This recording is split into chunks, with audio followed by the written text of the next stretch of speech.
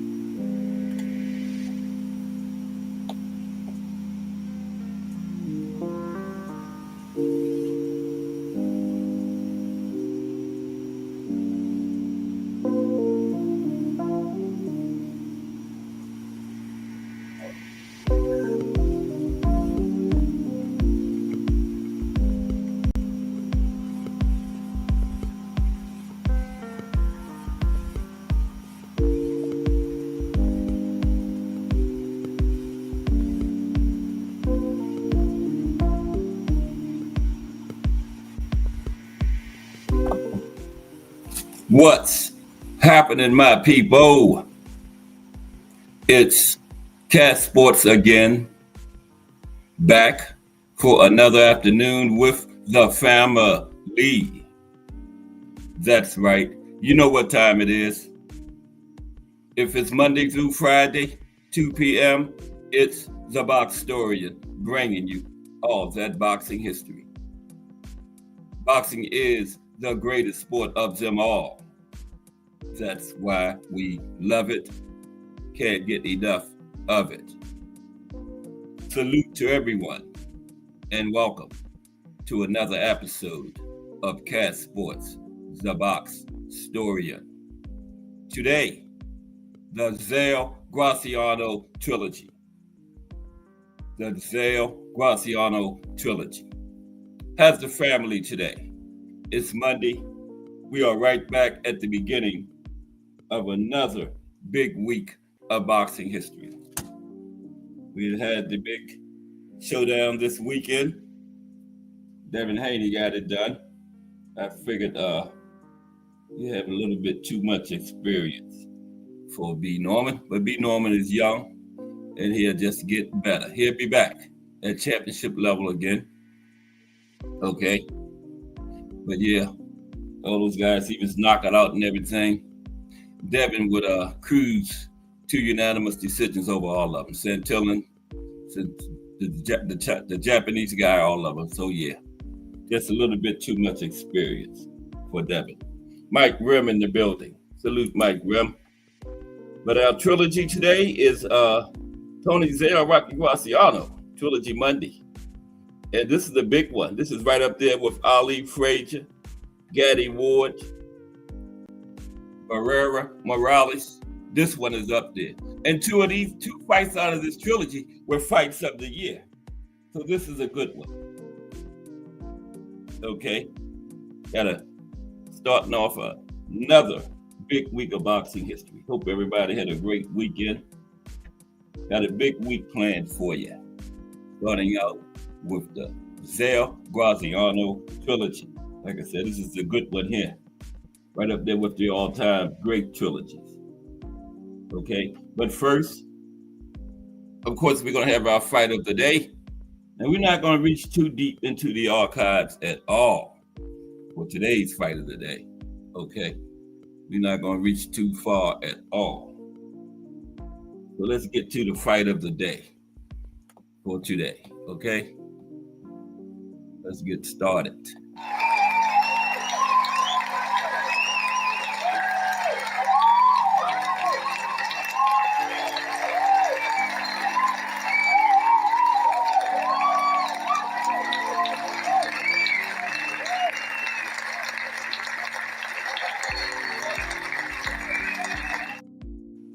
Okay, the fight of the day today is Devin Haney versus Brian Norman. November 22nd, 2025. Experience carries the day. Okay, so we wasn't going back. I don't even know if this one in the archives yet, but it's boxing history because this happened. Fight of the day, Haney versus Norman. November 22nd, 2025. Experience carries the day. Okay, so let's get into today's fight of the day. Okay, but how's everybody? Monday, back at the beginning of another big week of boxing history. Ready to start off as usual with our fight of the day. Got Miss Cass and Mike Grimm in the building so far. Stay with me for a minute. Oh, wait a minute. Yeah, that's it right there. I was on the wrong one. My bad. There we go. Devin Haney versus Brian Norman Jr. Today's fight of the day. Devin Haney drops Brian Norman Jr., dominates to become a 3-division champion.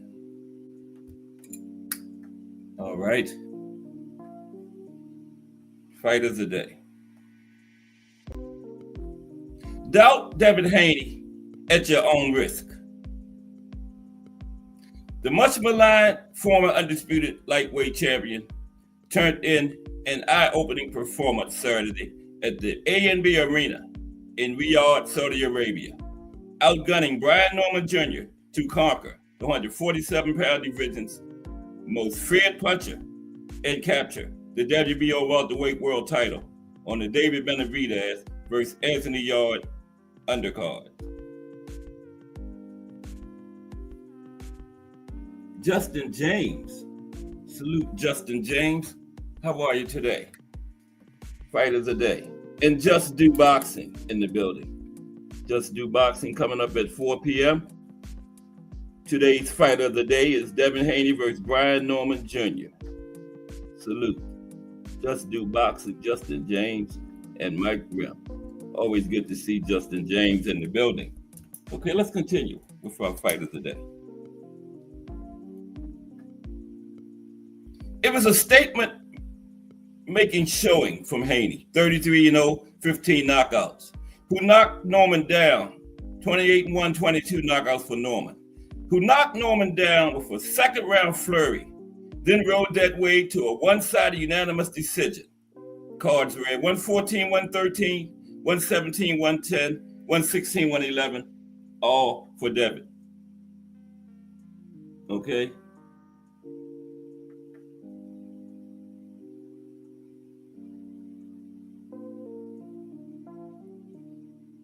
This is Devin's third world title in his third weight class. This one was.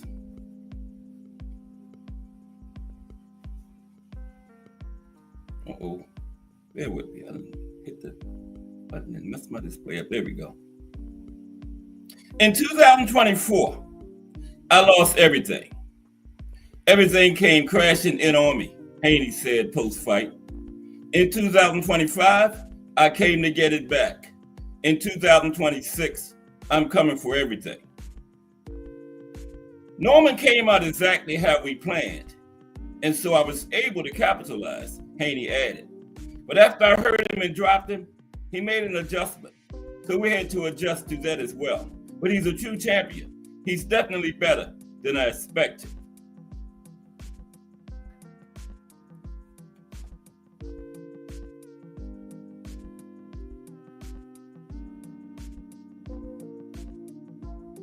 Haney, age 27, sporting a noticeably more filled out frame than ever before, added that he was here to stay at 147 after struggling to make the lightweight and super middleweight limits in recent years.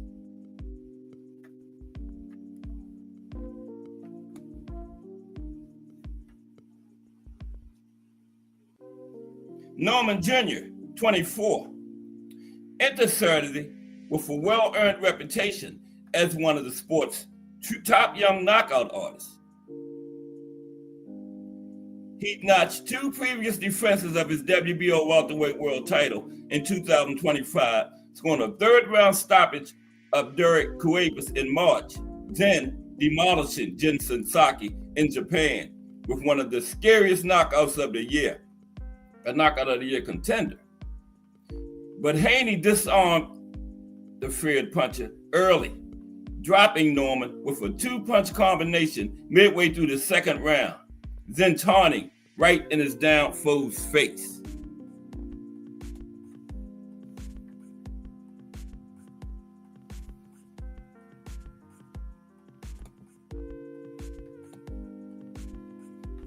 Yeah, taunted him right in his face, okay?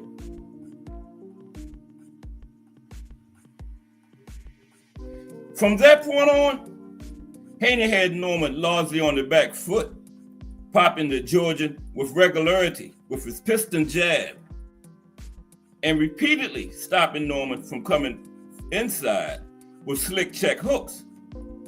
The combination of Haney's early and surprisingly aggressive offensive work mixed with his trademark defensive prowess left Norman looking stiff on his feet and out of ideas in the exchanges early in the fight, okay? Norman appeared to finally clear the cobwebs and find his legs more toward the late rounds. But by then, it was too little, too late, as Haney was well ahead on most scorecards at that point.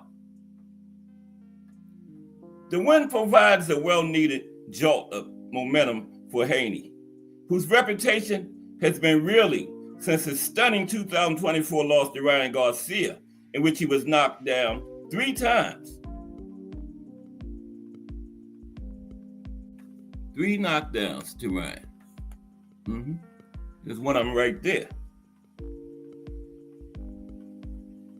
Garcia tested positive for the banned substance ostarine in the aftermath of that fight, and the result was overturned by the New York State Athletic Commission into a no contest. However, Haney's follow-up effort against Jose Ramirez in May was no less ignominious. Haney outpointed Ramirez in a dull fight that nearly set a new Copper Box record for the fewest punches thrown ever in a 12-round fight. Almost set that record. Yeah. Almost the fewest punches thrown in a 12-round fight.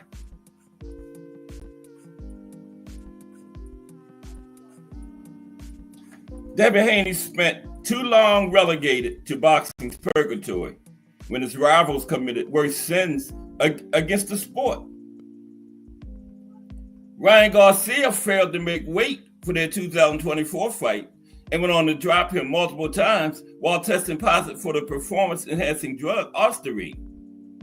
Now, though the result was changed from a beatdown loss to a no contest, Haney's aura as a possibly elite multi-weight world champion level fighter was gone. He was considered washed up.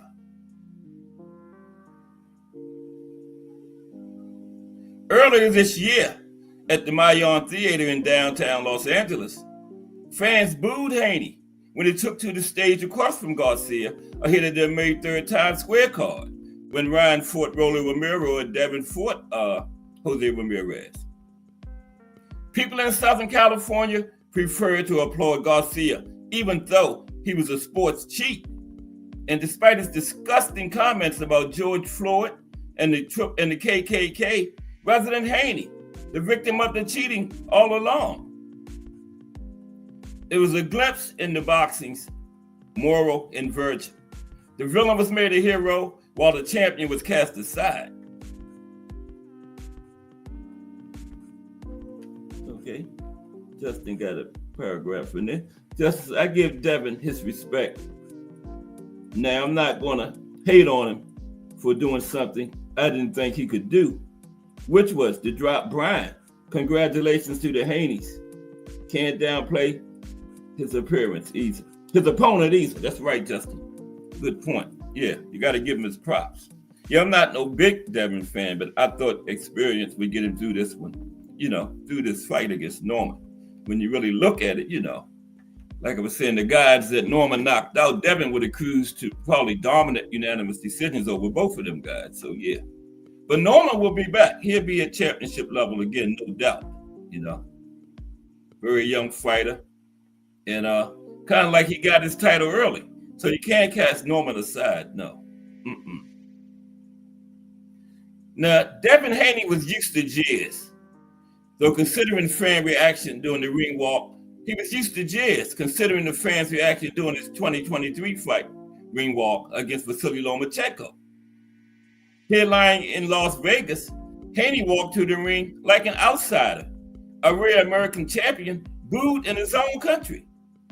But the 27-year-old who outclassed George Kambosos in Australia twice, and who defeated Lomachenko, Regis Prograis, and Jose Ramirez to build one of the sport's most significant resumes today, couldn't escape the disrespect. And even though he booked the November 22nd fight to box in WBO welterweight champion Brian Norman Jr., a fighter considered a boogeyman for all he'd done to those he fought, Haney's reputation remained at an all-time low heading into this weekend. He wasn't even a question mark, but an underdog expected to fall to Norman's power in Saudi Arabia.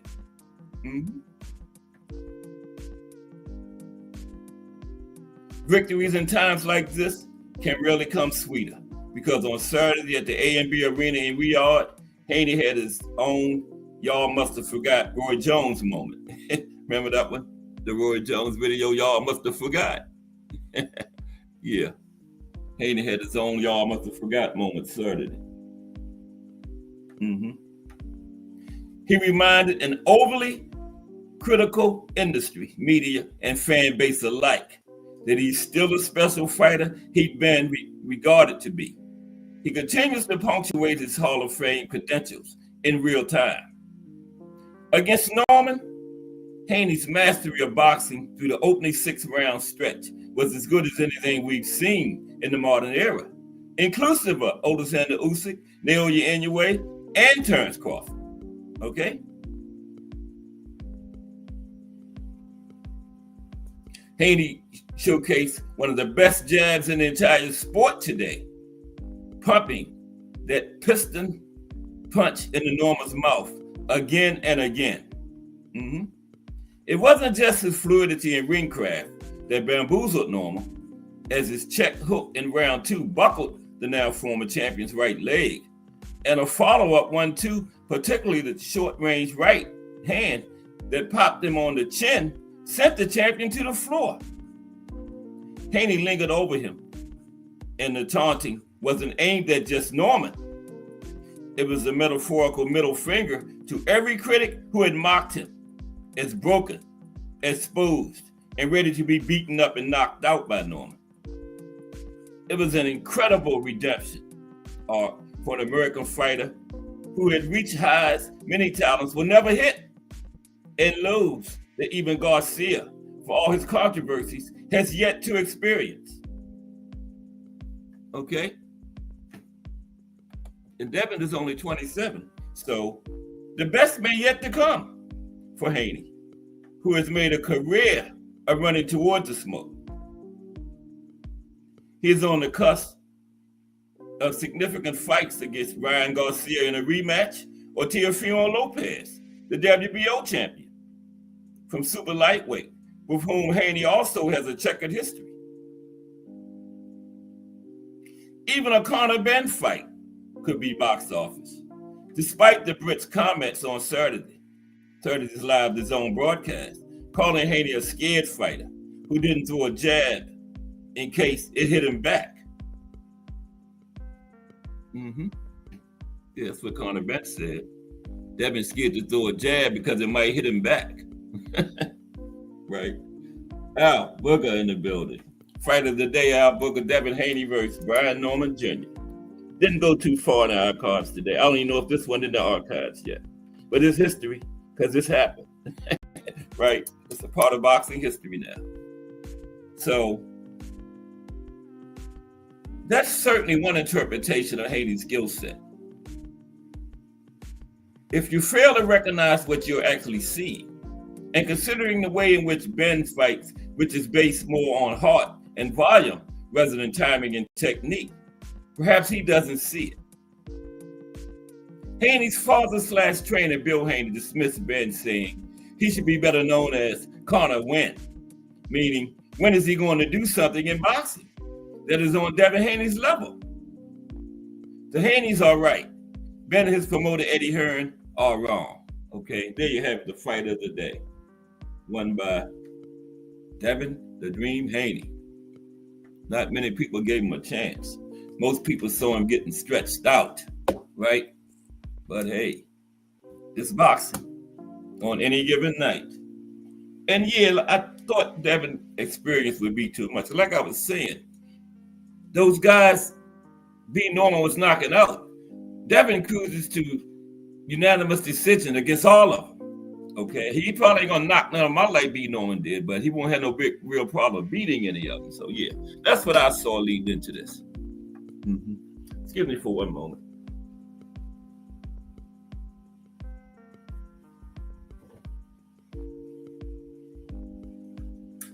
Oh, okay. Okay. Now, will B. Norman be back? Of course. He had nowhere to go but up. And no doubt he's going to be a champion again. Okay? He got it unexpectedly. Nobody thought he would get it this early, but he did it. And he'll be back. B. Norman will definitely be back. But today, Al Booger, I remember. So, Al Booger had Devin. So today, and you know, people always keep saying this mistakenly. He don't have power to keep them off. But power isn't the only thing that negates power. How about ring generalship, like footwork, movement, keeping a jab in your opponent's face? You know, just using your boxing skills. That keeps a fighter off too, like Devin did Saturday, right? And he also had to pop, because when he dropped Norman in that second round, Norman was very careful about how he went up in the pocket after that. They was talking about Devin clinching. By the end of the fight, B. Norman was doing the clinching. So pop been known as that negates power, but Devin pop kind of like negated Norman's power Saturday. That does surprise me. But like I was saying, at welterweight, he's not cutting as much weight in anything. So doesn't that improve your power? You know? He's almost at his natural weight now. So yeah, probably got a little more pop now. But let's get to our trilogy. Tony Zale versus Rocky Graziano. Okay. Tony Zale versus Rocky Graziano. Surprised y'all with that fight of the day, didn't I? Yeah. Okay. Tony Zale versus Rocky Graziano today for this week's trilogy. And this one is up there with Ali, Frazier, Gaddy Ward, Marco Barrera Morales. This trilogy, 2 of the 3 fights were fights of the year. 46, 47, or 47. I know they were 46, 47, and 48, and two of them were fights of the year. That's how good this one was. So let's get into it. Okay, but how's everybody? Everybody have a good weekend. Benavidez, Bam, Abdullah. I thought Abdullah made it a little bit harder than it should have been, right? But he chose to fight that way, and he still got his hand raised. But yeah, I thought he made that fight a little bit harder than it had to be. You know, Abdullah did. I thought he could have boxed a little more, but hey, he got his hand raised. That's all that counts. And man, I thought some points should have been taken from Sam Noakes because he was leading with that hit. Even after the referee warned him, he kept doing it. And the referee never warned him again. I thought some points should have been deducted, but they wasn't. So, you know, the referee didn't think so. That's what counts. You know, but I was like, wow. He took a long time to warn him.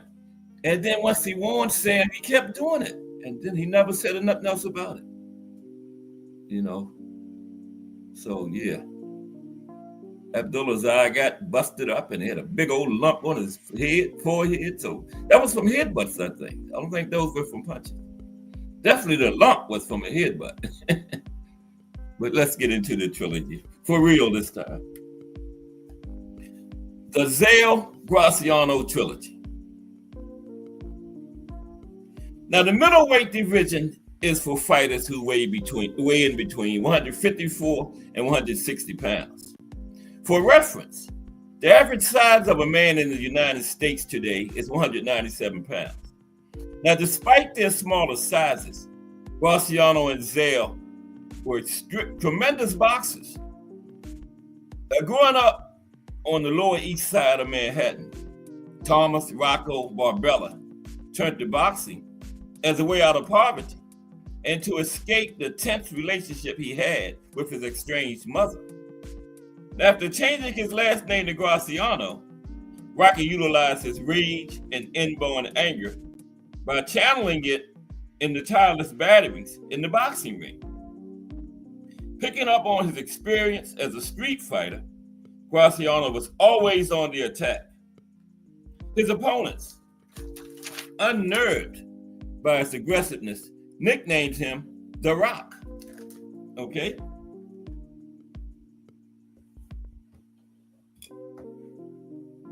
Tony Zale, born in Mr. Steel Mills of Gary, Indiana, adopted boxing far before Graziano did. Like The Rock, Zale was renowned for his ability to endure savage punishment before snatching victory from the jaws of defeat. Yeah, these first two fights were like that. Each one won, and they both snatched victory from the jaws of defeat in the 6th round. Both the first two fights. Now, although Zale possessed a high ring IQ and solid boxing fundamentals, if his opponent wanted to brawl, Tony would accommodate him. Sort of like Evander Holyfield later, you know. Once Evander took that first good shot, the game plan was out the window. Evander ready to brawl then. Now, by 1946, the 27-year-old Graziano was a rising star in the middleweight division. The 33-year-old Zale, although seen as perhaps declining in skills, was also thought of as a perfect matchup for the younger Italian, Graziano, right? Now, the trilogy captured the public's imagination with its ferocity and dramatic turnarounds. With the first two fights in particular, yeah, both of them, victory was snatched from the jaws of defeat. Graziano and Zale in the first fight and Graziano in the second fight. And the first two fights were considered among the greatest title fights of all time. Yeah, those two were the fights of the year, 46 and 47, the first two. Now, let's take a brief look at the three fights. Fight 1, September 27th, 1946. Graziano was knocked down by Zale in the first round. Graziano came back strongly, seemingly battering Zale. But Zale, despite a reported broken hand, rallied in the 6th round, delivering a body shot followed by a left hook, knocking Graziano out. He snatched victory from the jaws of defeat. Then fight 2, July 16th, 1947. The rematch mirrored the first fight, with each fighter taking heavy punishment. Graziano suffered a severe cut over his eye and was nearly stopped in the 3rd round. But Graziano unleashed an assault in the 6th round, knocking Zale out to win the middleweight championship. And Zale came into the 1st and 2nd fight as a champion. Remember, he retained in the 1st fight. Graziano snatched victory from the jaws of defeat in the 2nd fight and won the title. And then fight 3, June 10th, 1948. The rubber match was less competitive than the first 2 fights.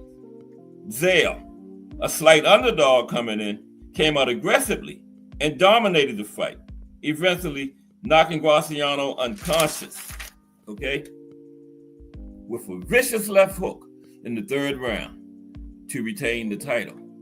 Regain the title, because Zale had it coming into the final fight, okay? Let's look at some styles, some boxing styles. First, Zale, Tony Zale.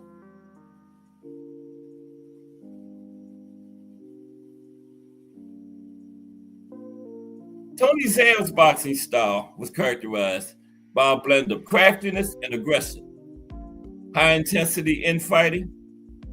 He was known for his ferocious body punching and extraordinary durability. Nicknamed the Man of Steel, he could absorb fearsome punishment and rally to win, often wearing opponents down before securing the knockout. There's the Rock, Graziano. Rocky Graziano had a brawling, aggressive style characterized by a powerful right hand, a relentless attack, and an incredible ability to take a punch. He was known as a crude puncher who would maul his opponents by rushing them and pounding them until they fell. Often described as a street fighter. Okay? His style was simple, using raw power and ferocity instead of a more polished boxing technique. Okay? So let's go to the first fight now. Zale-Graziano won. Zale-Graziano won. First fight in this great trilogy. This was one of the fights of the year right here. 2 of the 3 fights of the year between these two incredible fighters.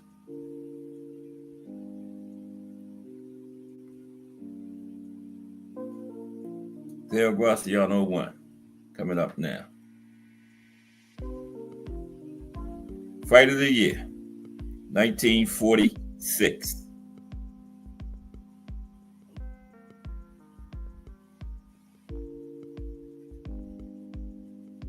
Okay, there we go.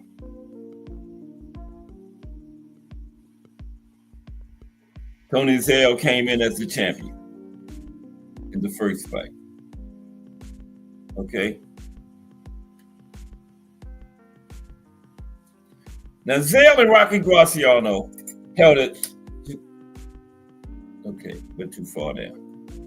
On July 16th, wait, this is the second fight. Let me get it myself. We want Zale-Graziano 1, right? Yeah, here we go. Yeah. 46, 47, 48. Can't start out with the second fight, right? Start out with the first fight. But I had the second fight first. My bad. But here we go. This is the first one, I promise. Yeah, this is it. Here we go.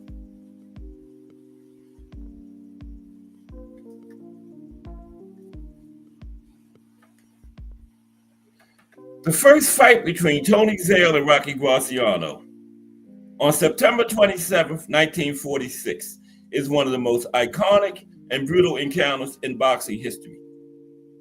Held at Yankee Stadium in New York City, this middleweight championship fight marked the beginning of a legendary trilogy that would become a cornerstone of boxing lore.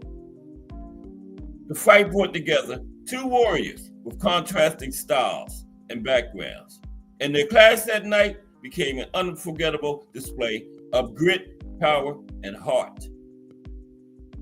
This was a fight that lived up to its billing and set the stage for one of the most celebrated rivalries in boxing history. Tony Zale, nicknamed the Man of Steel, came into the fight as the reigning middleweight champion. Born Anthony Florian Zaleski in Gary, Indiana, Zale's nickname reflected his roots in a steel mill town and his iron-tough fighting style. Zale was known for his methodical approach, relentless body punching, and almost superhuman toughness. By 1946, Zale was 33 years old and had already experienced a remarkable career. But much of it had been interrupted by World War II. That is Zale. Like many fighters of his generation, Zale had served in the military during the war, and his absence from the ring left questions about whether he could return to his previous form. Okay? For 1 second. Yeah, he was in the war, and yeah, he was champion all that time. So when he came back, it had people wondering, could he retain his previous form as a fighter, right? And he got in there against a tough guy, Rocky Marciano. Okay.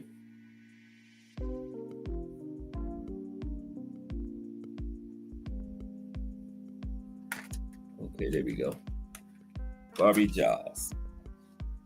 Let's check. I forgot who had fought, but he came back from the war. But yeah, after the war, it left people wondering, could he regain his pre-war form, right?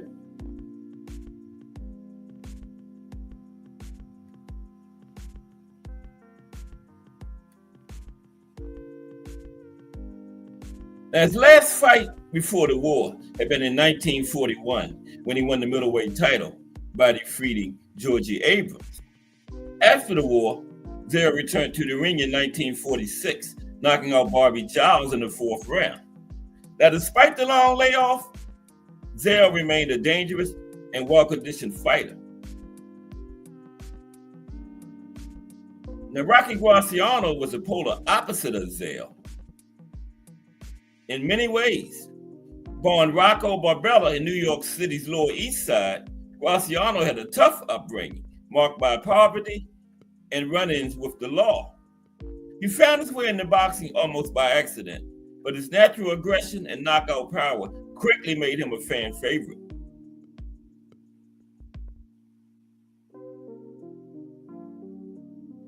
Now, Garcia's style was raw and unrefined, relying on his sheer will and devastating right hand, rather than technical precision. By 1946, Graziano had become one of the most exciting fighters in the sport, thanks to his all-action style and larger-than-life personality. Here's another shot of The Rock. BBO Sports TV, what's up, nephew? We got Tony Zale, Rocky Graziano today. Salute, BBO. That's a shot of The Rock there on the screen there. Okay.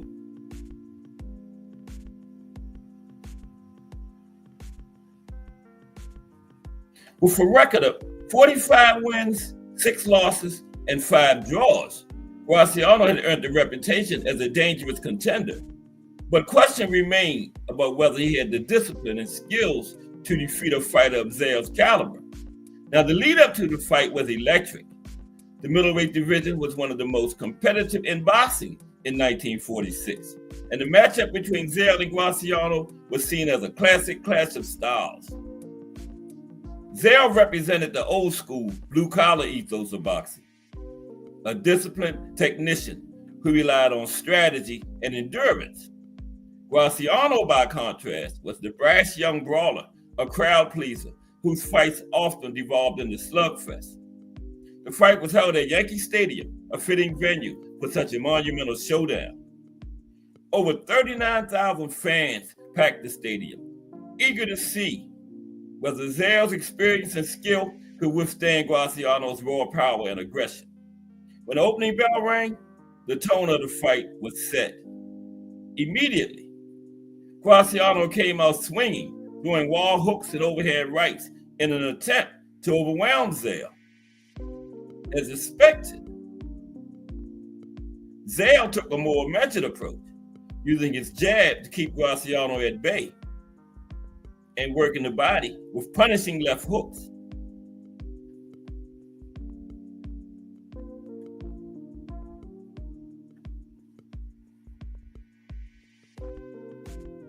The first round was frenetic, with both fighters landing heavy blows. Graziano's punches were wild and unorthodox, but they carried immense power, while Zale's shots were calculated and precise. The second round saw the fight's intensity ratchet up even further. Graziano began to find his range, landing several hard right hands that staggered Zale. The champion, known for his incredible toughness, absorbed the punishment and fired back with his signature body shots. The crowd at Yankee Stadium roared with every exchange, sensing they were witnessing something extraordinary.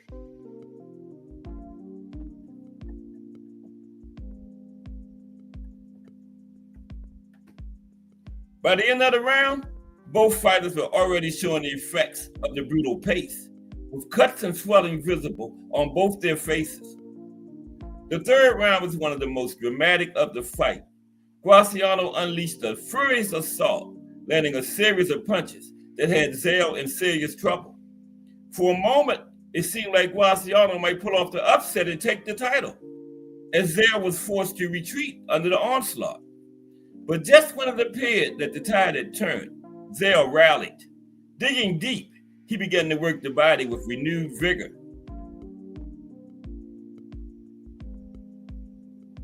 Landing punishing shots that slowed Graziano's momentum.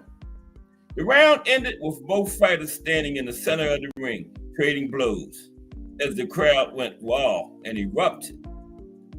As the fight entered the middle rounds, it became a war of attrition. Graziano continued to press forward, doing everything he had in an attempt to wear Zale down. Punches, while often wild, carried enough power to keep Zale on the defensive. Zale, for his part, focused on targeting Graziano's body, knowing that the younger man's stamina could be his Achilles heel. Okay?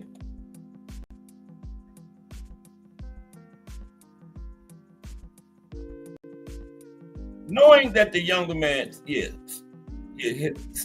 stamina had been his Achilles heel before. Now the body shots began to take their toll, and by the fifth round, Graziano was visibly slowing. Still, his heart and determination kept him in the fight, and he continued to land heavy punches whenever he got that chance. The sixth round was the turning point. Graziano, sensing that he needed to finish the fight, came out aggressively, throwing a flurry of punches that once again had Zale on the ropes. The champion absorbed incredible punishment, his face now masked of blood and swelling. But Zale, true to his nickname, showed his mettle. With less than a minute remaining in the round, Zale landed a perfectly timed left hook to Graziano's ribs, followed by a devastating right hand to the head. Graziano, who had taken so much punishment throughout the fight, finally crumpled to the canvas. The referee began to count, and although Graziano tried valiantly to rise, he was unable to beat the count. Tony Zale had retained his middleweight title in one of the most brutal and thrilling fights in boxing history. Here it is, Graziano on the mat. Here, Zale retains his title.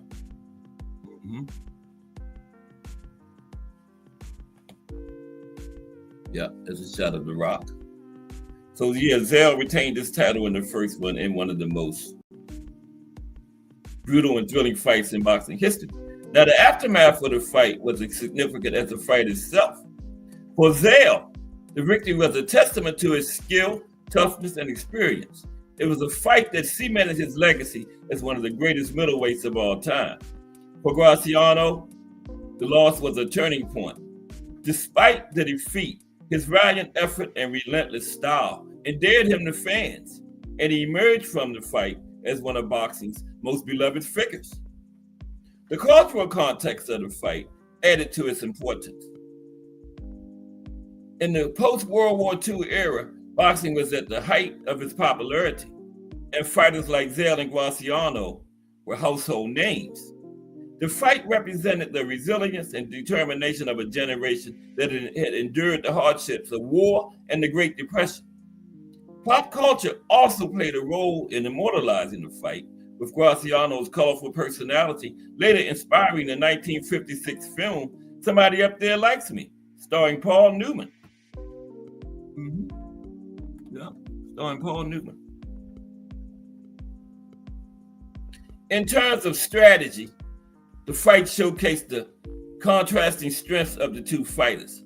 Zale's disciplined approach and devastating body punching were key to his victory, allowing him to withstand Graziano's relentless onslaught and seize the opportunity when it presented itself. Graziano's raw power and aggression, while formidable, were not enough to overcome Zale's experience and tactical brilliance. The Zale-Graziano fight of September 27, 1946, remains touchstone in the history of boxing. It was a night of blood, sweat, and courage, a night when two warriors left everything in the ring.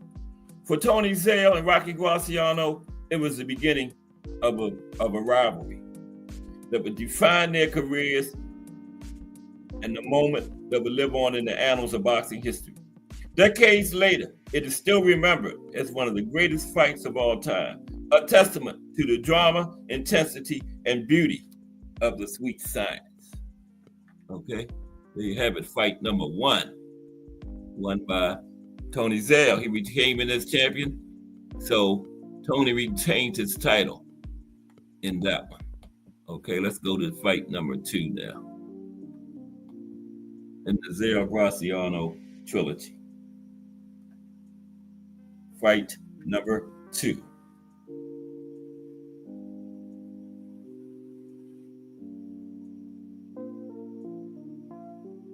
Yeah, and this first fight, 1946, remember, was fight of the year for that year. Two of these three fights were fight of the year, as a matter of fact. Yeah. I believe the second one was also fight of the year for 1947. Yeah. Boxer Rick. Dale found Rocky's weakness and smashed that body at 100% Boxer Rick. Yeah, because that body had been known to be his weakness in previous fights. Yes, that's 100%. Boxer Rick knows his history. Salute Boxer Rick. That's exactly what happened. Dale found that weakness. Yeah. If Graziano had any weakness, it was that body. Okay, let's go to fight number two. And yeah, that first fight was fight of the year for 1946. Now, Zale versus Graziano 2, July 16th, 1947. Okay, July 16th, 1947 was when the second fight took place. I think this one was fight of the year too. I know two of them were, I think 46 and 47, but let's see. Mike Mazik, salute, Mike. How are you today? Zale-Graziano trilogy today, Trilogy Monday, or Fight Series Monday. We've had Jake LaMotta and Sugar Ray Robinson 6-fight series. We had the somebody had a 4-fight series we did. I forgot. I can't remember. But we had a 4-fight series. We're going through all the great trilogies. Ali Frazier, Gaddy Ward, Barrera, Morales. We did, the 4-fight series was Pacquiao and Juan Manuel Marquez. Yeah, That's why I started naming them because I knew it would come to me. Yeah, we did that one too. But this is July 16th, 1947, Zale-Graziano 2. Okay. In 1945, Rocky Graziano stood at the precipice of ruin. That's 26 years old, with a record of 35 wins, 6 losses, 5 draws.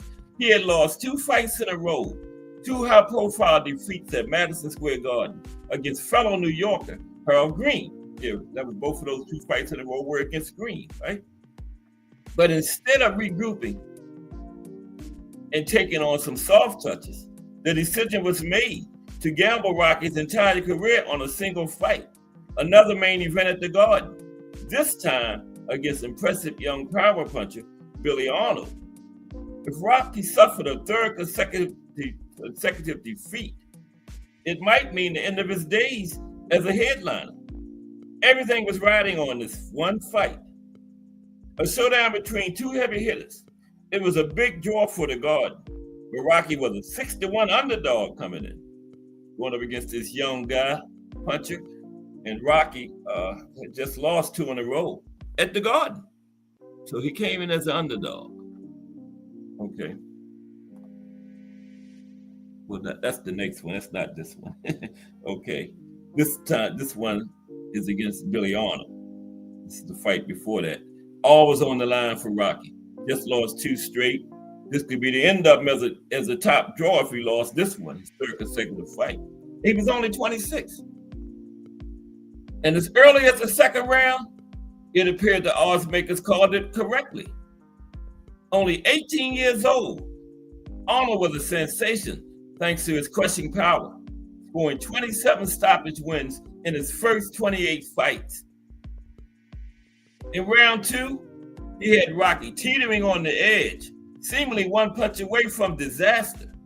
But Graziano survived, and then in the third round, out of nowhere, he slammed home his big right hand. Arnold crashed to the canvas. He rose, but went down 2 more times before the referee decided enough was enough. The gamble had paid off. Rocky had restored his reputation as one of the fight game's most explosive and exciting performers. Later that same year, after scoring back-to-back wins over Freddie Cochran, he got revenge on Green with a one-punch third-round knockout, and it was official. Graziano had earned a shot at the world title.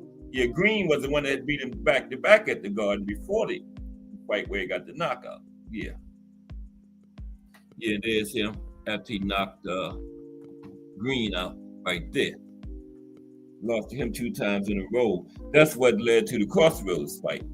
Okay, but he passed the test. Yeah, there's Green on the match. Rocky standing over him in the third round, their third and final meeting. That's another trilogy for us.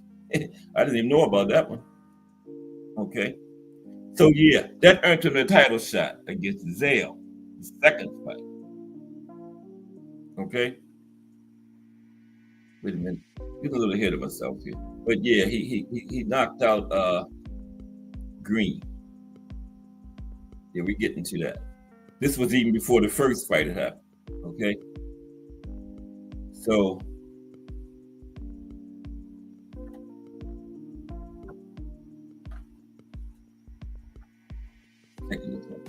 Fortune had a way of smiling on the bad boy from Brooklyn with the whiplash right, whose real name was Thomas Marbella. No one will ever again argue a case for The Rock being a brilliant boxer or one of the sport's great middleweight, but he was a tremendous competitor and one of boxing's best catchers, constantly attacking and happy to absorb 5 or 6 punches to land one of his own. He was on our catchers list, remember last week?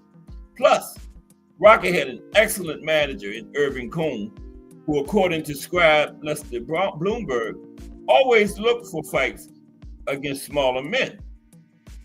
Some pundits at the time referring to Graziano as the best middleweight in the welterweight division, right? They was saying he was really a welterweight.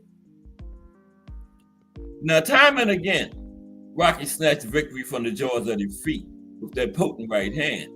And now he had put together a streak of big wins over Arnold, Green, Cochran, Al Bummy Davis, and Manny Servo. Graziano enjoying a weight advantage in most of these fights, and all of them attracting crowds to Madison Square Garden.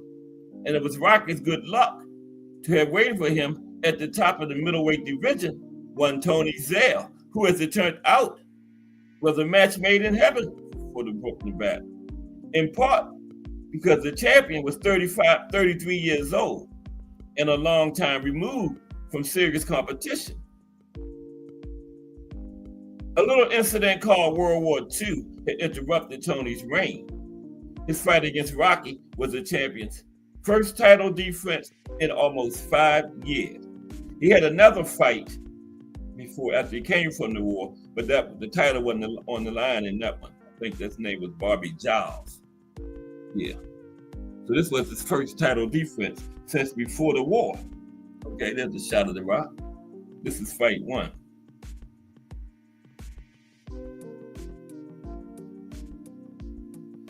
And so it proved to be the kind of fight Graziano needed. An all-out toe-to-toe shootout.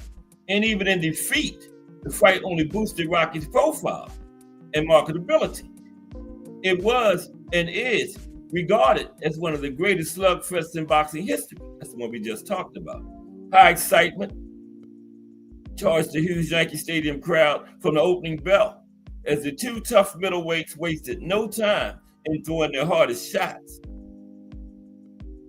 Now, Zale floored Rocky with a wild left hook in the opening frame, but the challenger scrambled to his feet and tore back in for more.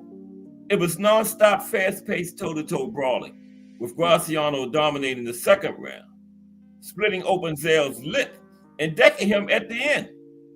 The bell saving the champion from what looked like certain defeat. The younger and fresher challenger continued to attack in the third round, chasing Zale all over the ring and landing heavy punches. But to everyone's astonishment, the man of steel came back in round 4, digging both fists to Rocky's belly and backing his man up. Tony rode the momentum into the 5th round before the tables suddenly turned again, and it was Graziano's turn to unload a two-fisted attack.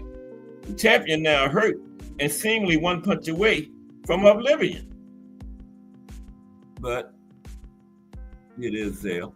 He turned it around in the 6th. When the bell rang to end round 5, Zale, who initially staggered towards the wrong corner, appeared finished.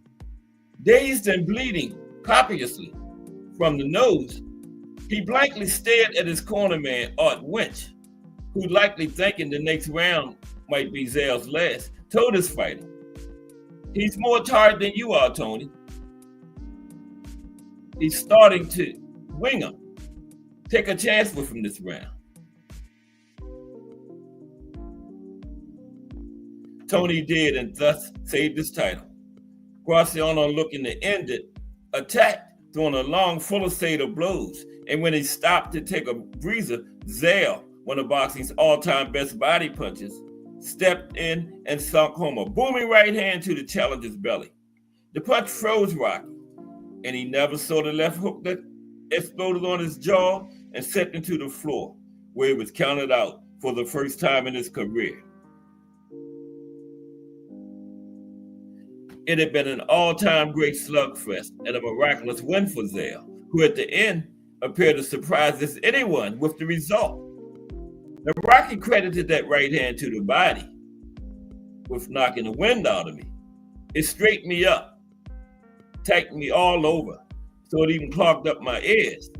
Then I heard 8, 9, 10. It all happened so fast. That was the end to the first fight.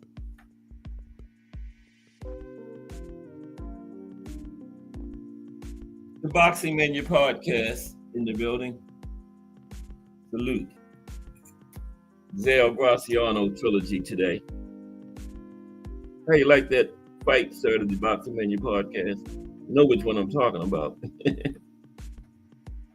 The Devin Brian Norman fight. But salute. Good to see you today. Okay, so that led up to the second fight. Now, that electrifying first Zale versus Graziano clash was, of course, the fight of the year for 1946. And no time was wasted in putting together a rematch, initially scheduled for March at Madison Square Garden. But the New York State Athletic Commission suspended Graziano's license for its failure to report a bribe attempt, a charge later thrown out for lack of evidence.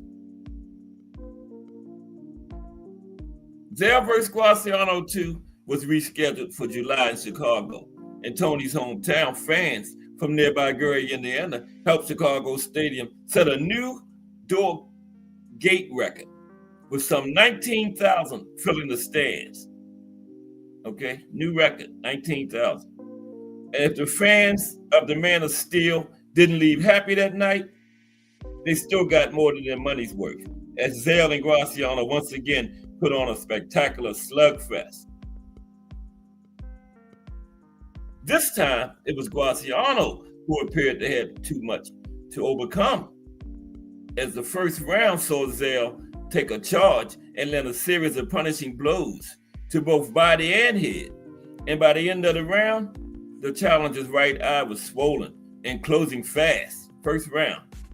The champion only picked it up the pace from there in the second round, as he sought to capitalize on the injury. But then Rocky got home his right hand, the punch stunning Zale. And at the bell, Tony went to the wrong corner, just like he did in the first fight. He was hitting to the wrong corner in the third round, I believe.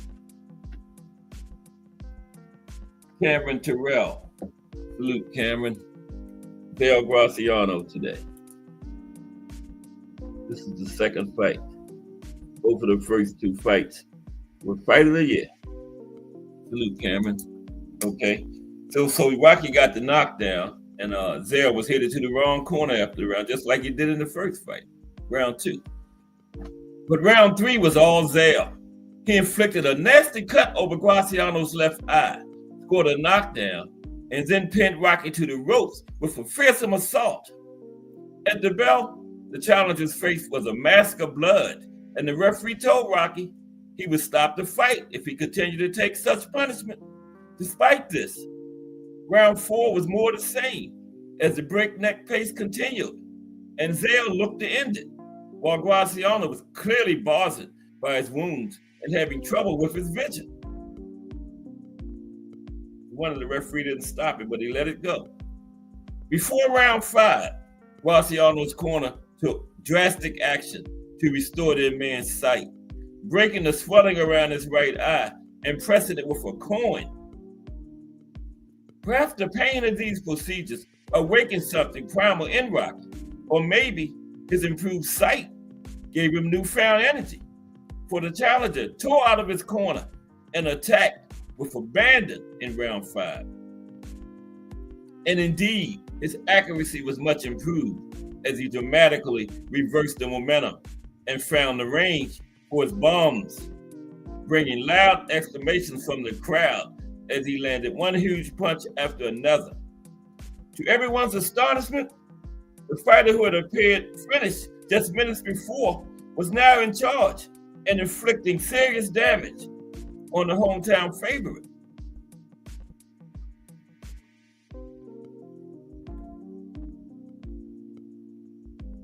And this time, there's Zale on the mat again. Zale reels from Rocky's attack in round 6, same round as the first fight ended. Zale attempted to rebound at the start of round 6, but he was fading, and Rocky knew it. The challenger kept charging forward behind his cannon of a right hand, battering Tony from side to side of the ring. Now, 3 fresh right hands sent Zale down, and though he gamely climbed to his feet, he was almost driven out of the ring by the fury of Rocky's follow-up attack. Draped over the middle strand of the ropes, his back turned to Graziano.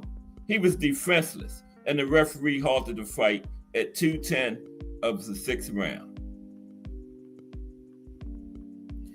It was another shocking and thrilling come-from-behind victory, not to mention another fight of the year.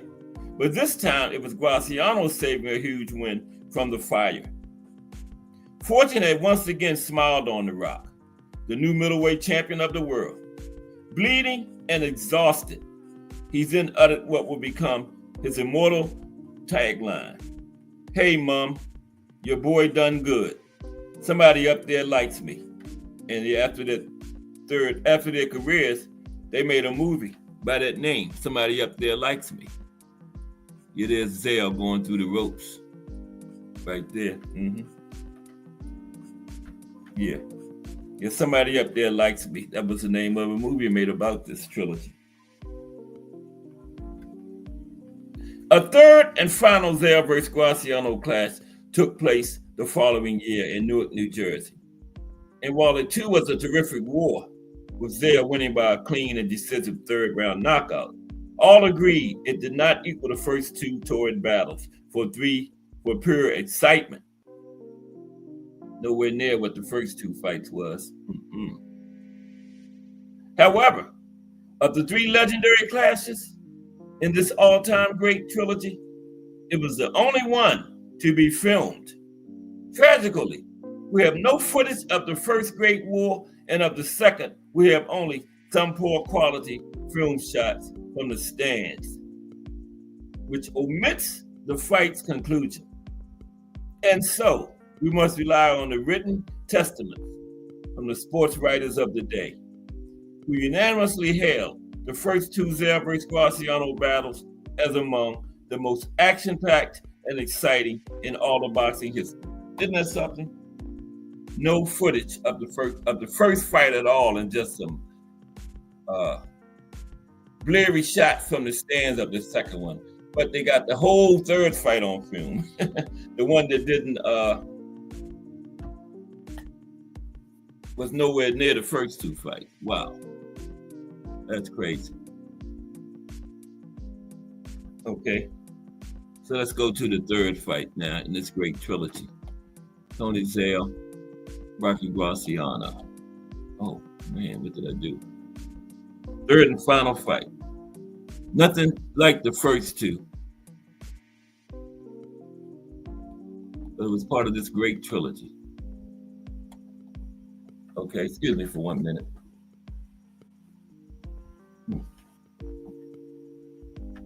Part of this great trilogy between these two great warriors.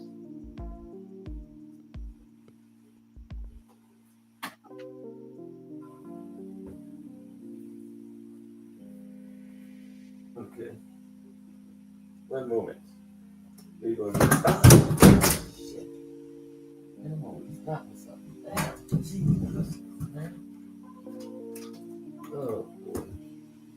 I have to fix that later. Miss Cass, don't come in here. Oh, boy. Okay. All right, fight number 3. How's everybody this Monday afternoon at the beginning of another big week of boxing history? Third and final fight. It didn't match up to the first two, and it's short. I think after this, we're going to look at some of those other great middleweights from the 50s. Yeah. This one was nothing like the first two, so it's going to be short. 1948. What is that, like 77 years ago, right? 25 to 55 is 70. 8. Yeah, 78 years ago. Okay. And this fight, third fight, took place on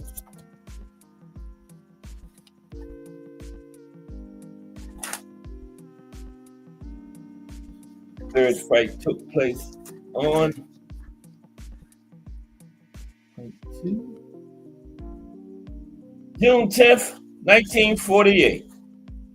June the 10th, 1948. Okay. Yeah, this one is short because it wasn't nothing like the first two fights at all. First two was fights of the year. Right in front of my face. On June 10th, 1948, Tony Zale and Rocky Graziano met for the third and final time in their legendary trilogy at Rupert Stadium in Newark, New Jersey. Now, the fight originally scheduled for June 9th was postponed by 1 day due to rain. It was outside. Now, Graziano, the defending world middleweight champion, was a 12-5 favorite against Zale. Yeah, Zale came in champion in the first two fights, but then he retained his title in the first one, came in the second one as champion, and then lost his title in the final fight. This one here.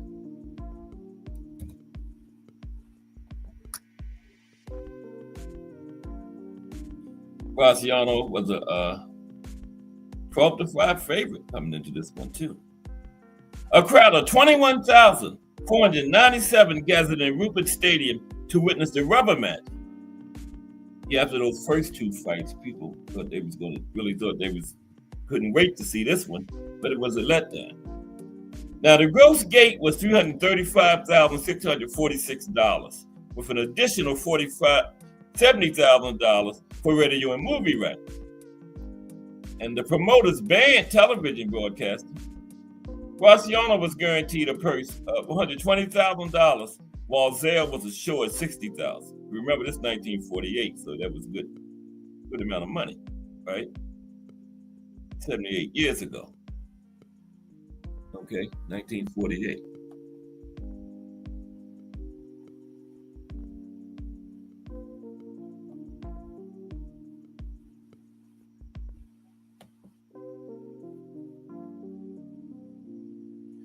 Both fighters at the peak of their physical prowess weighed in at 159 pounds. The first round saw Zale, with a display of raw power, deck Graziano with a left hook for a 3 count. Graziano, showing his resilience, managed to come back and hurt Zale with his own right hand. The third round, a testament to their skill and power, saw Zale drop Graziano for a 7 count with a left hook. Shortly after rising, Graziano was knocked out cold by another left hook to the jaw, with referee Paul Cavalier counting him out at 108 of the third round.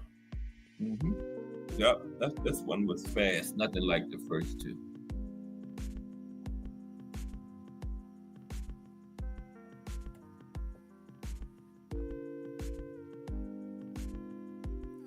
With this monumental victory, Zale etched his name in boxing history, becoming the third boxer to regain the world middleweight championship, joining the ranks of Stanley Ketchel and Al Harstad. The fight, a more decisive win for Zale compared to their previous 2 encounters, which had both ended in 6-round stoppages, marked a turning point in his career and in the history of boxing. After the fight, a dazed Graziano admitted that he never fully recovered from the first punch Zale landed, stating, "I never even remembered the last round." The Zale-Graziano trilogy remains one of the most celebrated rivalries in boxing history, with all 3 fights showcasing both men's incredible skill, heart, and punching power. All 3 stoppages. Okay, now the summary of this fight.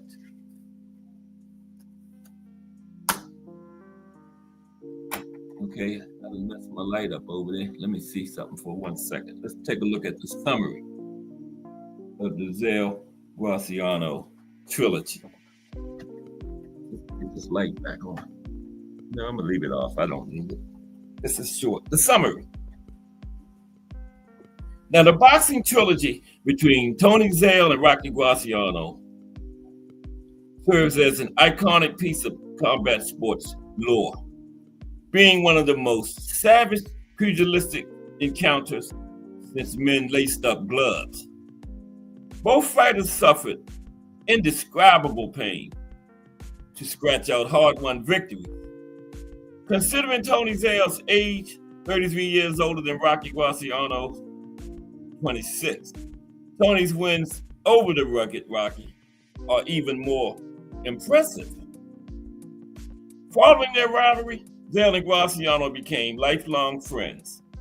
The trilogy inspired books and documentaries, and both fighters rightfully earned their place as 2 of the most accomplished middleweights of all time. And both boxers are also members of the International Boxing Hall of Fame. Okay, there you have it, the Zale-Graziano trilogy. Okay. So let's look at some other 1950s middleweights, since we got some time now. Other middleweights from that great era. That was the 40s, but I'm always harping about those great middleweights in the 1950s. Okay. Let's take a look at some of them. Okay, like Carmen Basilio first.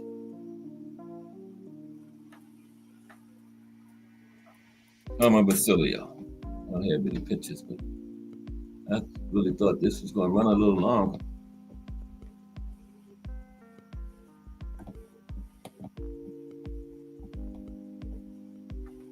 It is the two combatants in this trilogy. We're going to look at some other some middleweights from the 1950s. These two fought into the 50s, so, and they were middleweights.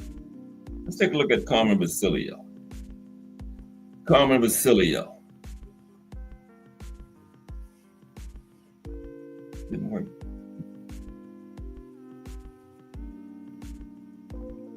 He fought Sugar Ray Robinson twice. I know he beat him at least once. There we go. Carmen Basilio.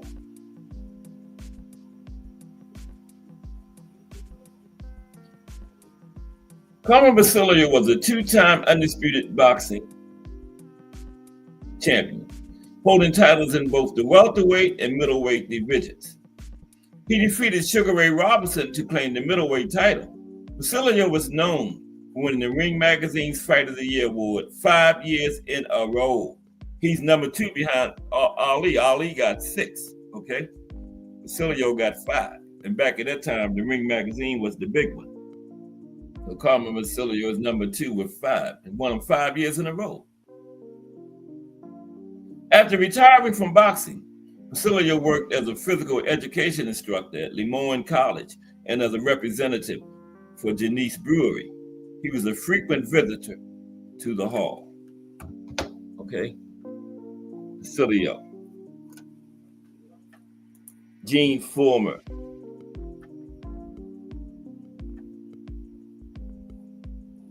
Gene Fullmer is next. Looking at some of the great middleweights from that period that Tony Zale and Rocky Graziano fought in. They were in the middleweight division. Next is Gene Fullmer.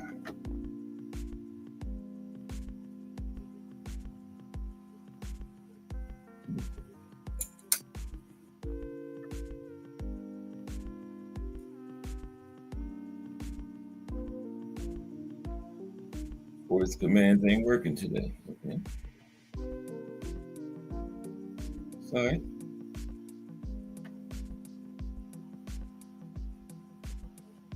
There we go. Gene Fullmer. Lawrence Gene Fullmer was an American middleweight boxer and world champion. Known as Cyclone, Gene Fullmer, the Mormon Mauler, and the Utah Cyclone. He was a leading boxing champion for over a decade. Fullmer turned pro in 1951 and won his first 29 fights, 19 by knockout. He was known for his brawling style and ability to absorb punishment. Gene Fullmer. Dick Tiger.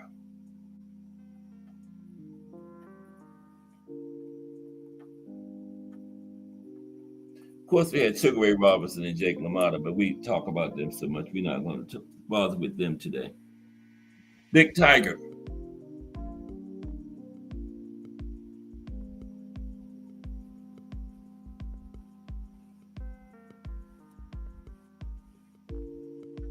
Okay. Dick Tiger, born Richard Ahitu, was a Nigerian professional boxer who held both the light heavyweight and middleweight undisputed championships. Known for his discipline and strong character, Tiger was introduced to boxing by English soldiers while living in Lagos as a teenager. He emigrated to Liverpool, England to pursue boxing and later the United States. In 1962, Tiger won the World Middleweight Boxing Championship. Dick Tiger. Randolph Turpin also had a win over Sugar Ray Robinson. Randolph Turpin.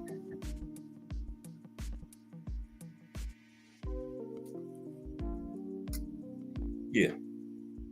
Randolph Adolphus Turpin, nicknamed the Leamington Liquor. He was a British boxer and 1951 world middleweight champion. He was the second person to ever defeat Sugar Ray Robinson, winning a 15-round decision in 1951. Now, Robinson regained the title in a rematch later that year. Turpin also won the British and Empire light heavyweight titles and the English middleweight title. He turned professional in 1946 and stopped boxing in the mid-1960s. Randolph Turpin. Okay. Joey Giardello. Joey Giardello.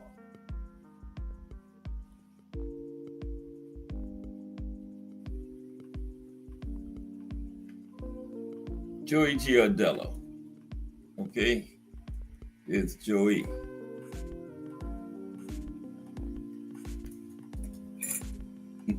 Okay.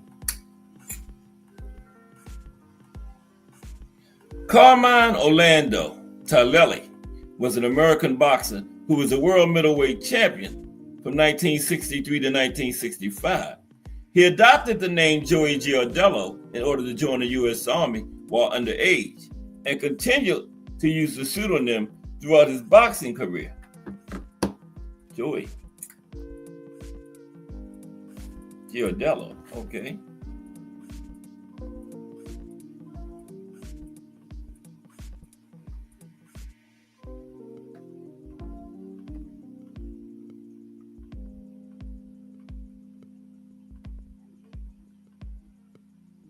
Okay, one moment, please.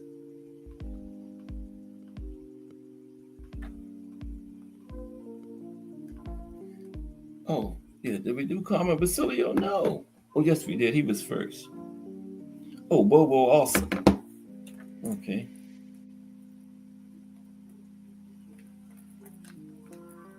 Bobo Olsen.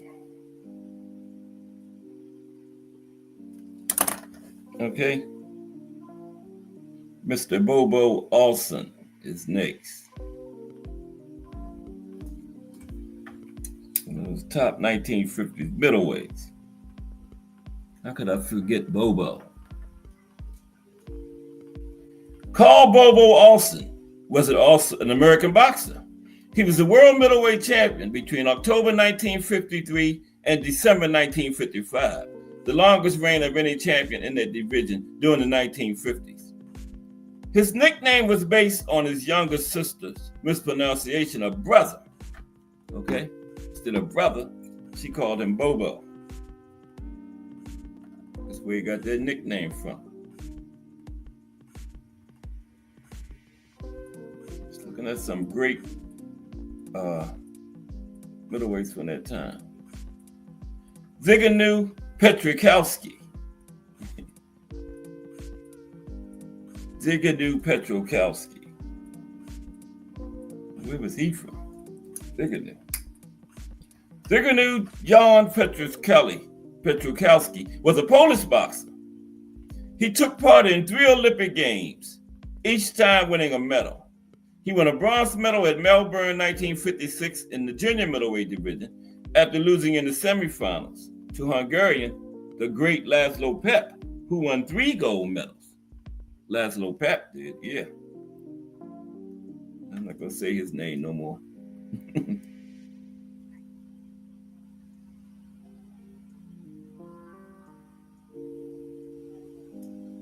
Zygmunt Petrikowski. Archie Moore was a middleweight too, but you don't need to talk about Archie. So was Floyd Patterson, Ezra Charles, Arthur King, Emil Griffith too. But they are great ones. We don't need to talk about them. Arthur King fought in that era.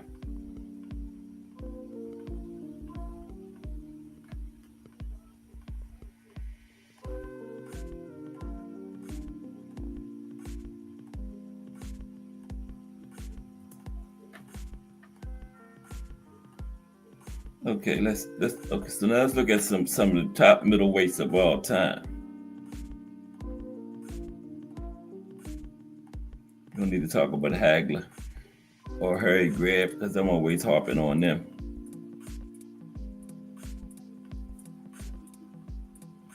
Top middleweights of all time. Yeah, the trilogy ran a little bit short, so we got on some other things. That's all. Top 12 greatest middleweights, okay, of all time. Okay. Now, the middleweights have traditionally been regarded as one of boxing's true glamour divisions, boasting some of the best talent to ever lace them up and some of the fight game's biggest draws. Now, this list is restricted to those who fought at or near 160 during most of their prime, thus allowing not to have to worry about greats like Sam Langford, Mickey Walker, Billy Conn, and of course the great Sugar Ray Robinson, because he was at welterweight most of his prime. Okay, let's look at some of the top middleweights of all time. Bernard Hopkins. Oh, Arnie Boxing in the building. What's up, Arnie? Yeah. The trilogy ended kind of early, so we were looking at some other middleweights. That's all we were doing. But salute Arnie Boxing. How are you today, my friend? Good to see you. I didn't know you was in here. I'm gonna drop the link. Arnie always hit it, or I can, then I'm gonna talk about these middleweights a little too. How you like those fights? Oh yeah, we got to talk about this weekend. I think Arnie had Devin. He was wavering at the end, but he picked Devin at first anyway. I was wavering too. Remember? I sure was. But yeah, I thought Devin would be a little bit too experienced for B. Norman. But B. Norman is going to be great. He's only 25 and he's got loaded with talent.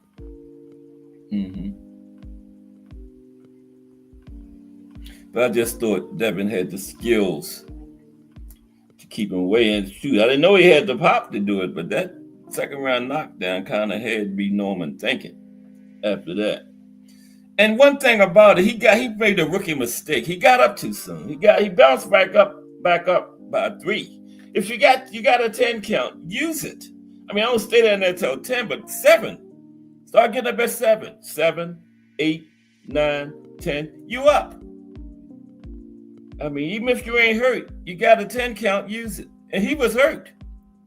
Because when Devin was teeing off on him, he wasn't really countering or nothing with that left hook or that right hand. He was hurt. So he should have took some more time on the mat, I thought. Yeah. But probably embarrassed too, and he just hit the mat and bounced right back up. Probably like a reflex, But they should tell him in training and everything, use more time on the mat. Even if you ain't hurt, you got a 10 count, use it. Sit down there and gather yourself and everything. Don't just bounce right back up like that. I thought that was a huge mistake. And he was hurt. That's why they didn't fight Boots.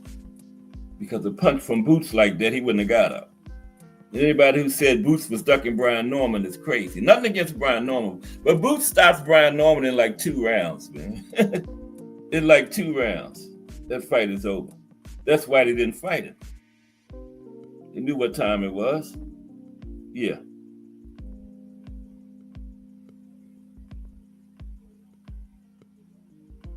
Yeah. I think everybody knew that. Yeah. That's why he didn't fight B. Norman. I mean, B. Norman didn't fight Boots because they knew what time it was. That fight's over in like 2 rounds. No, I never thought it would be he would drop him. Never thought that. In a trillion years, Arnie, I didn't see that coming. I seen him boxing, keeping him off that way, ring generalship and stuff, but not dropping him. Yeah. And B. Norman after that wasn't as aggressive as he normally is after he got dropped too. Because once he realized Devin could do it, But Arnie, moving up, not having to drop as much weight, don't that help your power out some? I would think, Up there near where he should be, he probably should be like at 154 because they look like two different weight classes. Devin looked like a middleweight. B. Norman looked almost like a junior welterweight. Wasn't he huge?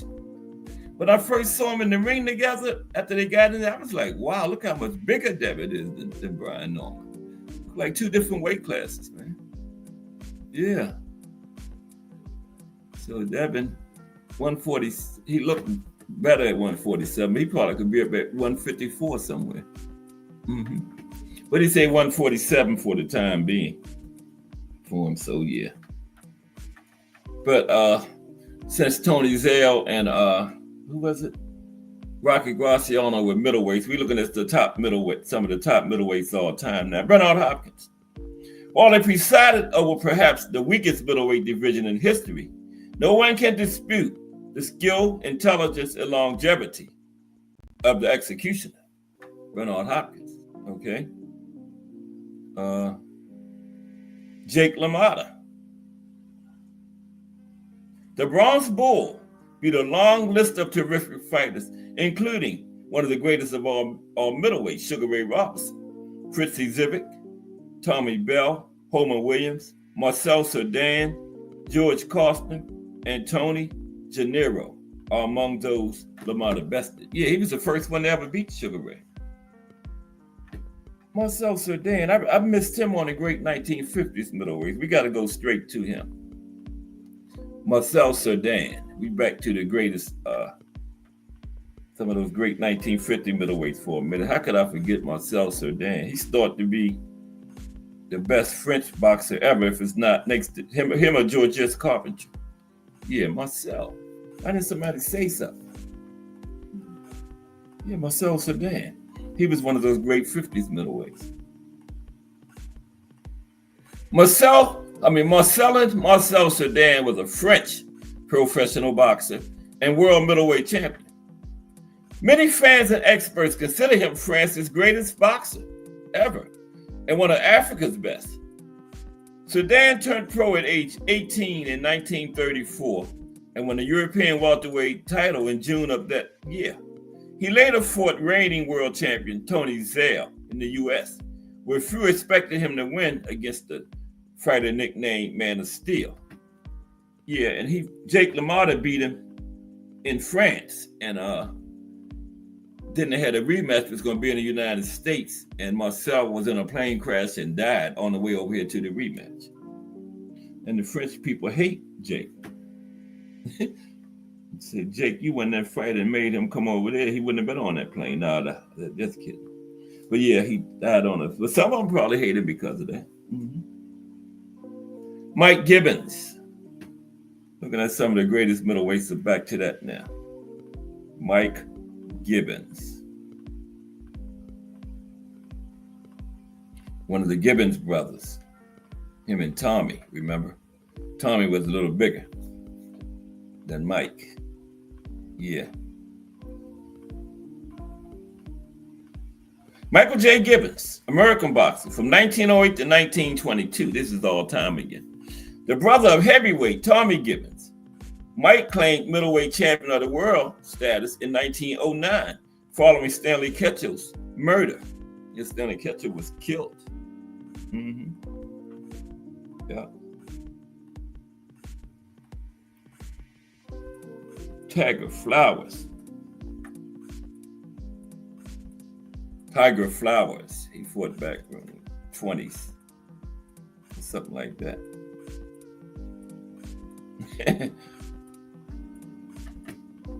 Tiger Flowers. Theodore Tiger Flowers was an American pro boxer, nicknamed the Georgia Deacon. He rose to prominence in the early 20th century, becoming the first African-American world middleweight boxing champion after defeating the great Harry Gregg to claim the title in 1926. Tiger. Freddie Steele. That's some great middleweights. Freddie Steele.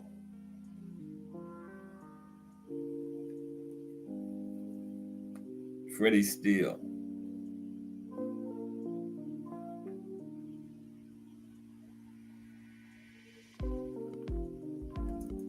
Freddie Steele was a boxer and film actor, born Frederick Earl Burgett in Seattle, Washington.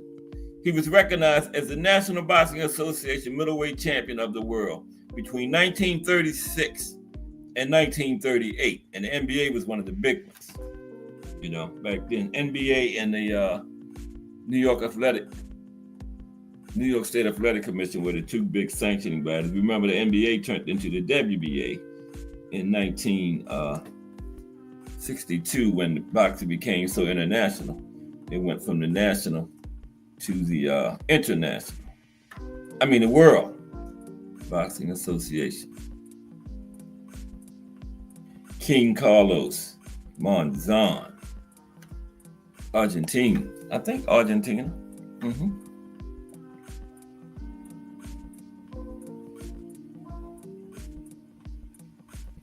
Carlos Monzon, nicknamed Escopeta, was an Argentine pro boxer who had the undisputed world middleweight championship for 7 years. During his reign, he successfully defended his title 14 times against different fighters. One of his victories earned him a Sports Illustrated cover with the headline, Monzon the Magnificent. Monzon's boxing style was once described as a once-in-a-lifetime opportunity to see. And he didn't lose for the last 13 years of his career. Carlos Monzon didn't. Last 13 years of his career. Stanley Ketchel. He was murdered. And they called him the assassin. Wow. Yep. And he was champion when he was murdered. Fought Jack Johnson, the heavyweight. But he did his best work at middleweight, though. But he went all the way to heavyweight. Lost to Jack Johnson. He was born Stanislaw Kikau Stanley Ketchel, K-I-E-C-A-L. Okay. He was an American boxer, world middleweight champion, who earned the nickname the Michigan Assassin for his aggressive fighting style. Raised on a Michigan farm, Ketchel left home young and became a saloon bouncer and amateur boxer in Montana. He turned pro in 1904 and gained a reputation for his knockout record. Stanley Ketchel was murdered while he was champion too. Charles Burley, of Murderers Row fame. Charles Burley, thought to be the best of the Murderers Row fighters, as a matter of fact. They say Sugar Ray Robinson ducked him. Sugar Ray Robinson ducked him. Couldn't get that out. Yeah, Sugar Ray ducked Charles Burley.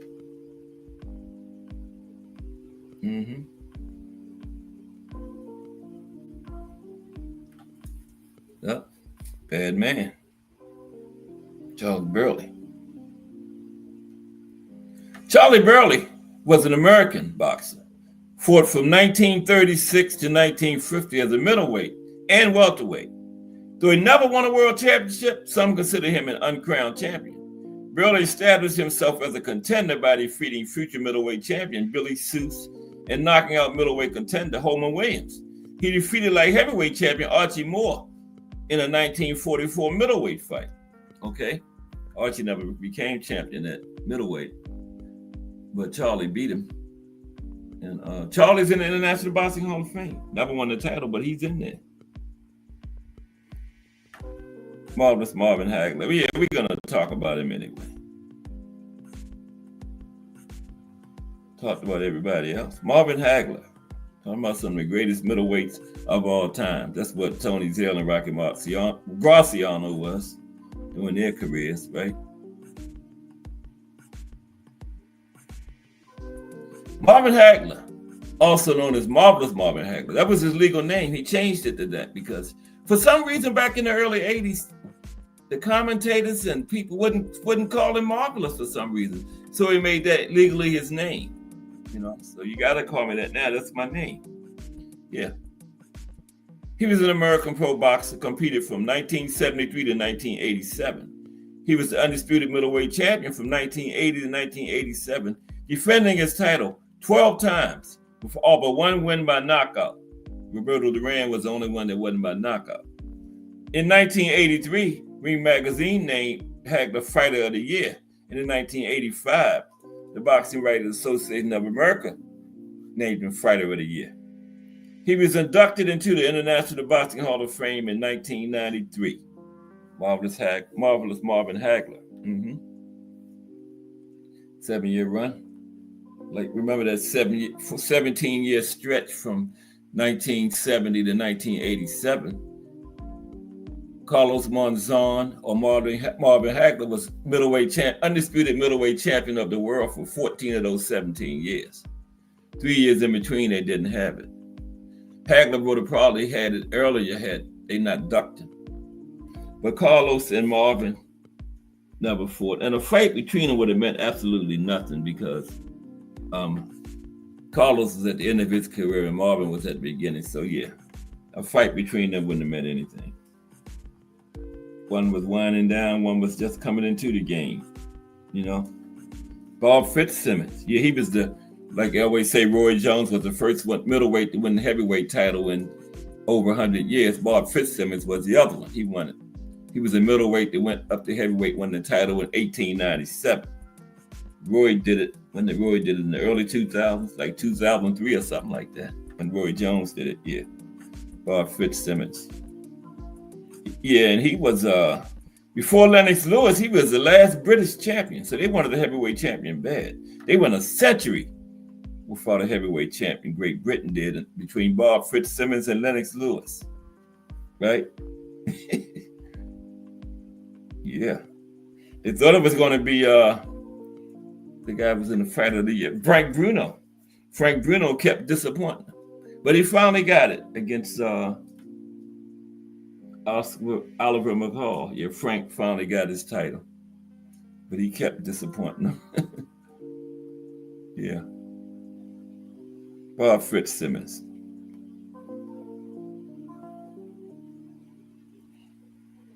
Robert James Bob Fitzsimmons was a Cornish-born boxer and the first three-division world champion the sport has ever seen.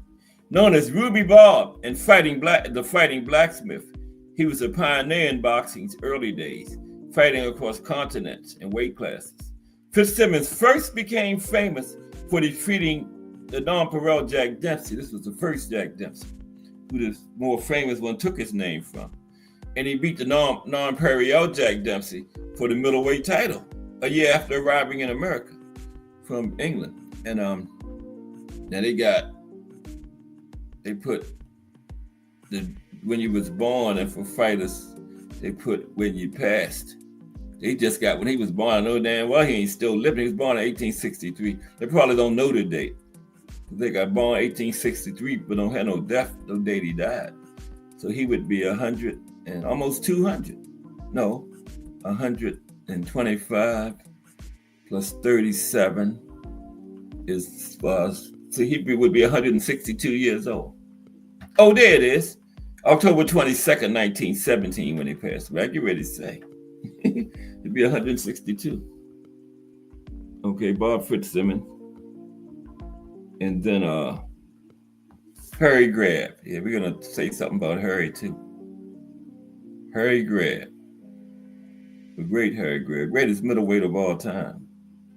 Harry Grab. Okay? Harry.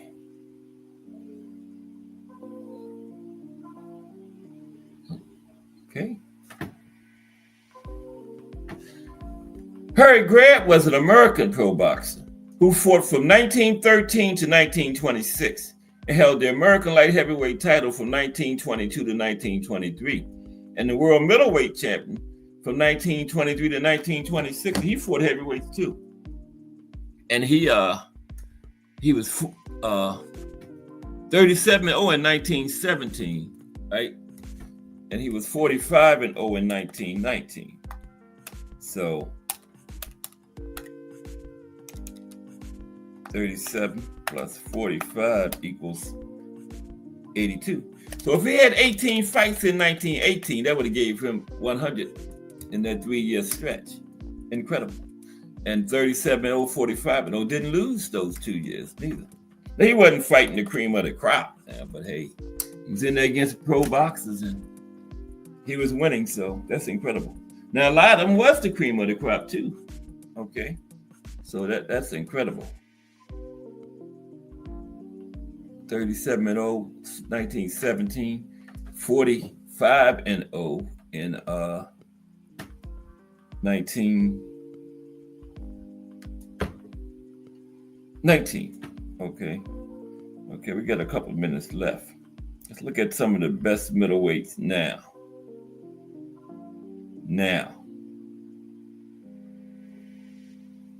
Okay.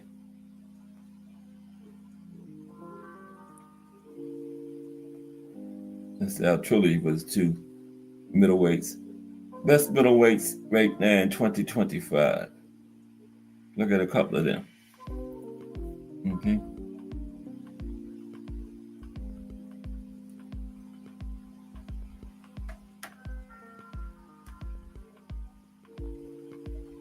We got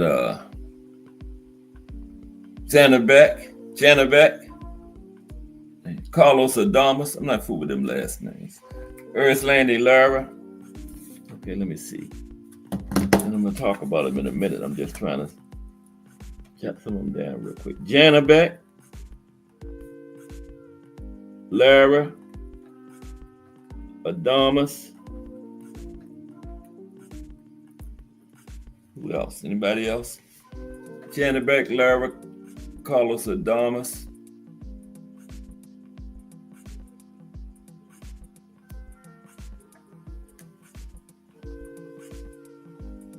Triple G don't fight no more.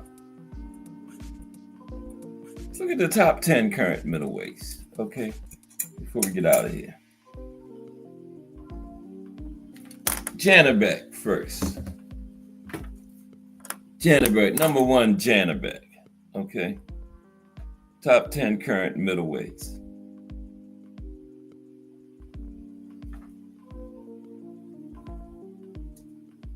I don't know how to say that last name. I definitely can't use the voice command on this one. So I say, did you mean? But ranked number 1, Janabek. We're going to get all of these in too. Okay, Janabek, ranked number 1.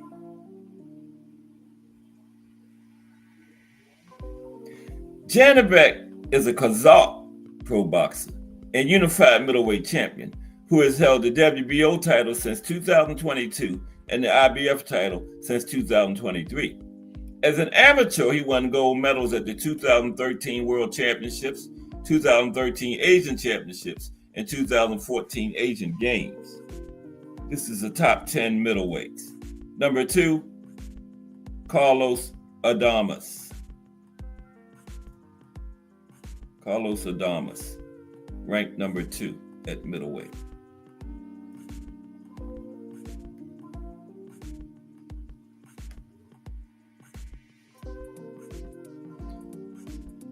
Adames is a Dominican pro boxer. He has held the WBC title since 2024. Currently, 24 wins, 1 loss, 1 draw, 18 knockouts. He really don't have that draw because I don't know what the judges was thinking about when they did that. He clearly won that fight, but hey. And Janabek's record currently is the number 1 fighter is 17 wins, no losses, 12 knockouts. Ranked number 3, Landy Lara. Landy Lara.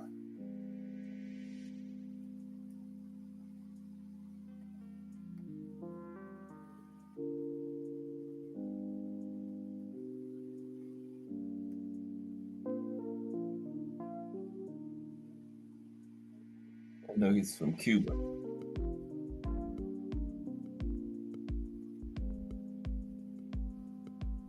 Lara is almost 40, or he might be 40. Let's see. He might be 40. We're going to find out in a minute. Erislandy Lara is a Cuban American pro boxer. He has held multiple world championships in 2 weight classes, including the World Boxing Association middleweight title since 2023. He previously held the WBA junior middleweight title between 2014 and 2023. Okay. And currently Lara is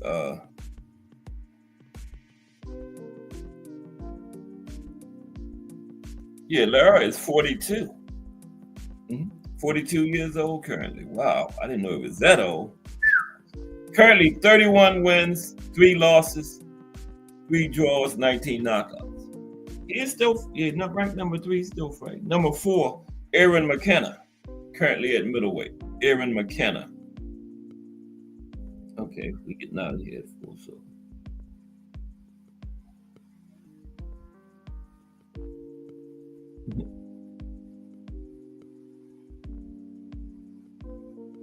I'm gonna take that out before somebody hit it. Got to go. Okay, Aaron McKenna. All right. Damn. Y'all hear my stomach growling? I was making my lunch right when the show came on. I ain't want to be smacking in y'all ears, so I'm going to get it in a few minutes. That's why I took that link out. I'm hungry. Okay, Aaron McKenna ranked number 4.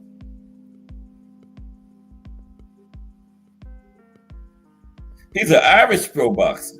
He has held the WBC youth and international middleweight titles. Currently, McKenna is 20 wins, no losses, 10 knockouts. Okay. Number 5, Eugenio Hernandez. Okay. Hernandez. Yeah. I look for big things from him, too. Didn't he just fight, or he got a fight coming up or something? But he's a Cuban boxer, too.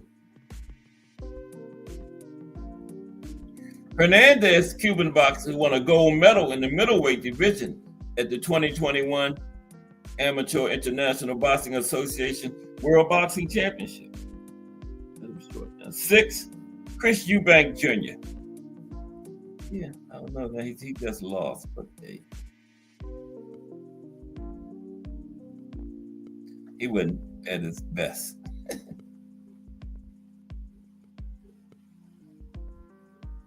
Still lost. He wasn't at your best. You shouldn't have been in there, right? Thought he needed the money. Chris Eubank Jr. British. He's a British pro boxer. He has held the International Boxing Organization middleweight title since 2024. Previously held the WBA interim middleweight title twice between 2015 and 2021. And he's currently 35 wins, 4 losses. Chris Eubank. Oh, Hernandez. We didn't get his record. Somebody might try to sue me or something. So you didn't do my record. You did everybody else. So yeah. Hernandez. Oh boy. They did it the other way, but we'll put box record in there. Once that came up.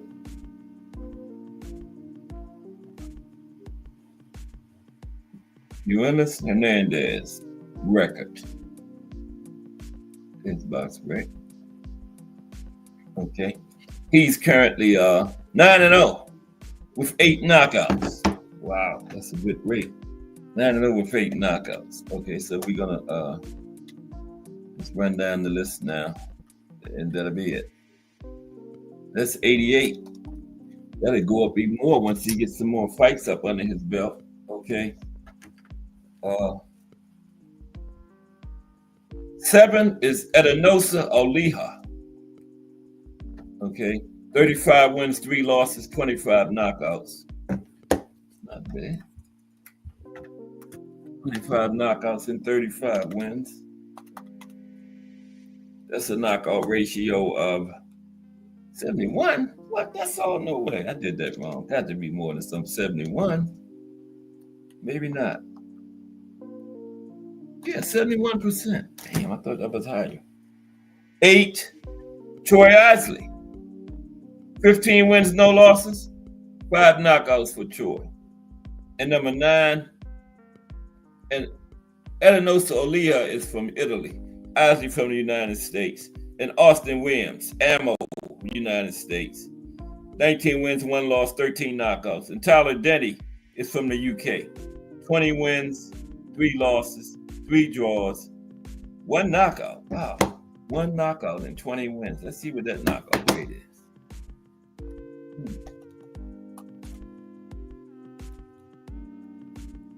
Tyler Denny's knockout rate is 0.5%. 0.5. Okay, but I appreciate everybody. Called out Adamas. Who, Eubanks? Called out Adamas? Who called out Adamas, Ernie, before we get out of here? Eubanks? Or one of these people I was talking about? Yeah. But I appreciate everybody coming through today. We got shows in the chat. We got Arnie Boxing tonight, 9:10ish. Great show. Calls fights, boxing history, current events in boxing. Does it all over there. Arnie Boxing. It'll be coming up tonight, around 9, 10. We got the Boxing Menu podcast. I don't think he have a set time, but it's a good podcast. Worth watching. Oh, Ioannis. Okay, he called out Adamas. That'll be a good fight for him. Yeah. Might be able to beat Adamas. He got 9 fights, but he still might be able to beat Adamas. BVO tonight at 8. BVO Sports TV. Just do boxing in like 5 minutes coming up. But Ernie Boxing, Karen Terrell, the Boxing Menu podcast, Mike Mazik, Boxer Rick. I don't know if Boxer Rick might have a channel. Subscribe to him. Boxer Rick. Okay. Came in with us today. He knows his history because he called it about Rocky Graziano's weakness, that body. And that's exactly how Zale got him out of there that first fight too. Went to the body on him. So yeah, Boxer Rick knows his boxing. Knows his history too. Salute Boxer Rick. PBO Sports TV, Al Booger, Just Do Boxing, come up in a couple of minutes. Justin James, always good to see Justin in the building. Hope everything is going right for you, Justin. Mike Rim, the great Mike Rim. Miss Cass. Appreciate everybody for coming through today. Tomorrow is Tuesday, so we're gonna look at a few different categories, the best of. Like the best chins, the best boxers of the 80s or something like that. There might not be the categories, but like 6 different categories of the best in history. Right?